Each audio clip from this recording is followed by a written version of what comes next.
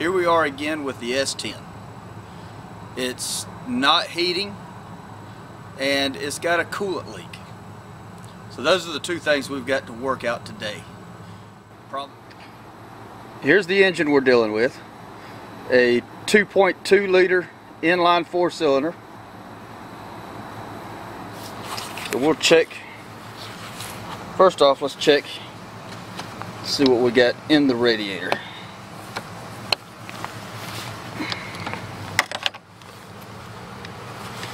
Oh well, I don't know if you can see that too well or not, but there's nothing there. So the leak is a little worse than I thought it was. Now my suspicion on the leak is a water pump, which is under that pulley right there. Pretty easy to change, but we're also going to change the thermostat, and it's right there. So the first thing we have to do is remove this all the way over to from the air breather, all the way around here, curves around. Here's one thing that I had forgotten about. Under this heater, under this radiator hose, top hose, there's an air muffler that attaches to this air tube. This is the piece that come out. This is the air intake. So the air comes in from the air breather, runs across here and into the engine right here. This, so once we pulled the radiator hose out of the way, pulled this up, it lifted straight out. Now look, that gives us a straight shot to the thermostat housing. We're still going to make it a little easier by removing this fan shroud and this piece here, just because it ain't nothing but loosening bolts. Now this is the air breather box that attaches to the engine. What I want you to see, there's one screw that attaches it. You take that screw out, comes off, you have to take the clamp loose. This clamp on this one had come off. It wasn't on correctly. But this is a breather hose. Make sure you take that loose. But this one is so hard and brittle, it's going to have to be replaced. And it also broke. There's the other end of it. Still on. Now we're going to take this fan shroud off. There are 1, 2, 3 screws up top, and down each side there are 2 screws. You see both of those on this side and both 2 of them on the other side. Now look at what you get.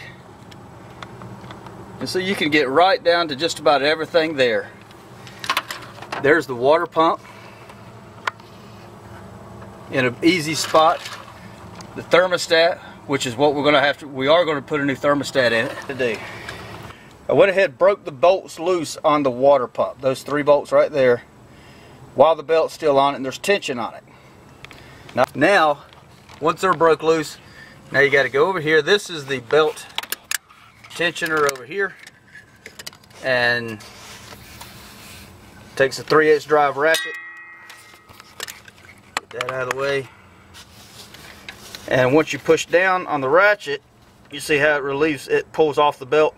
Alright, I got to have 2 hands. Alright, once you get the tensioner off of it, you can pull the belt out. See, now we can take the bolts out of the water pump pulley. 3 of them.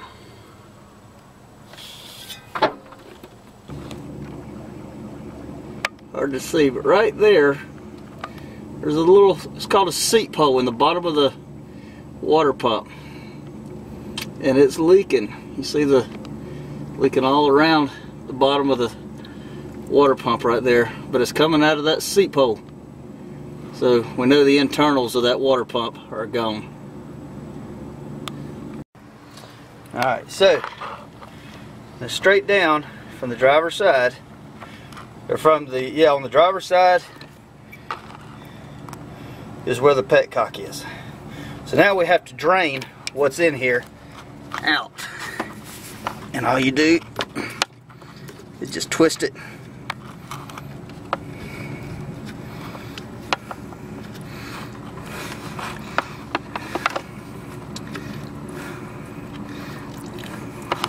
And we got us a bucket down here to catch it. Now while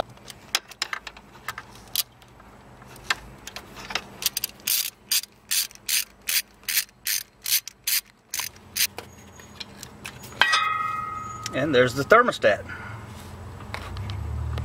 Now this is all fuel injected cars use 195. If it doesn't, make sure you get the right one for it. But the new gasket is grooved and it just sits right on top, just like that. Now it's ready to go in. You see the groove right here where it fits into? Just sits in that groove. And then this will go right back over top of it. And of course, then the bolts go right back in.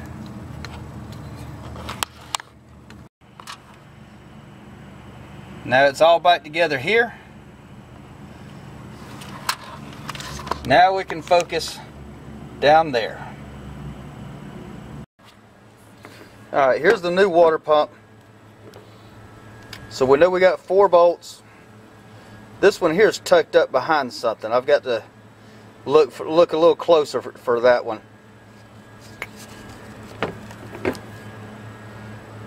But anyway, so let's see if we can dig the old one out. Since I'm having to work around the fan, I'm having to use a lot longer extension than I would usually use. So, as you can see, that's pretty good size. I think it's right around 10 inches, I think. But you see how it gets in there to where you need to be. Right onto them.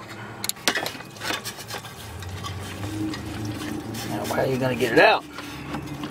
Could just let it drop out the bottom, but I ain't too keen on that idea. Alright. Got the gasket surface all cleaned up.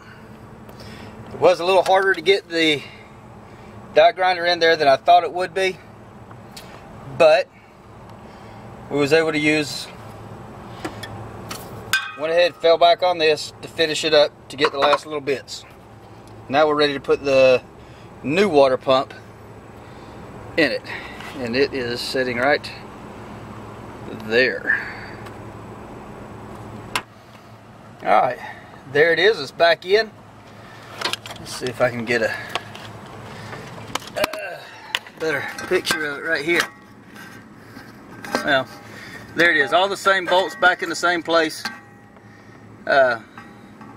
Used a very thin bit of silicone around both sides. This is what we used. Black RTV silicone. I think this tube's just about had it. But don't put much on it, just very thin.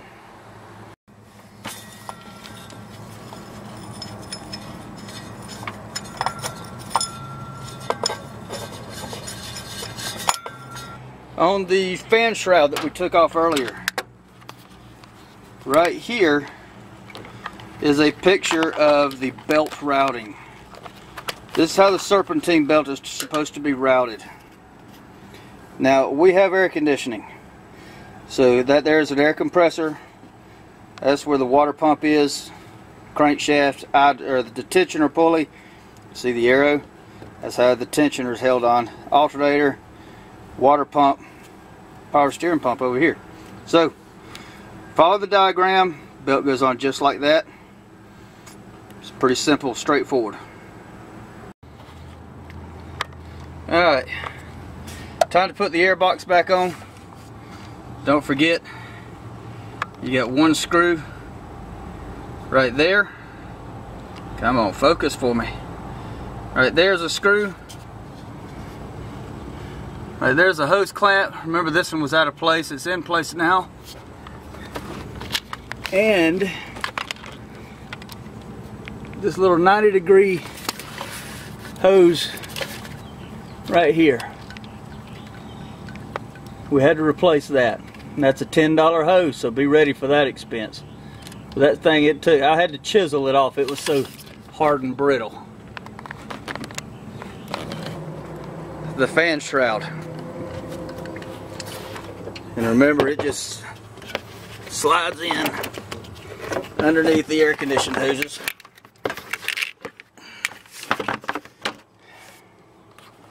Just like that. Alright. We've tightened all the screws on the air breather. There's 4 of them. There's here, one over here, one here, one here. Don't forget this little sensor. Plugs up right there. This push pin's in all the way. Now this thing's set in real easy. Like I said, you just got to pull these out of the way. Now, there's a pin right there, and that sets in and locks into place. There's supposed to have been a push pin here, but it's missing. Hose clamps on here. We're tied up here. So, we are ready to top it off with antifreeze.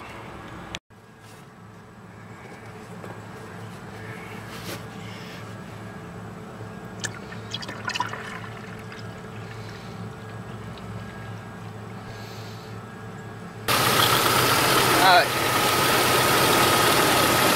Just a second ago, you can see the water running through the flutes and the water dropped way down. So, we know the thermostat's open now. We can go ahead and top it off and put the radiator cap on.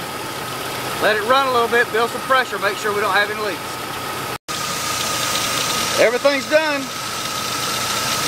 No leaks. Everything's good. Cap's on. Topped off.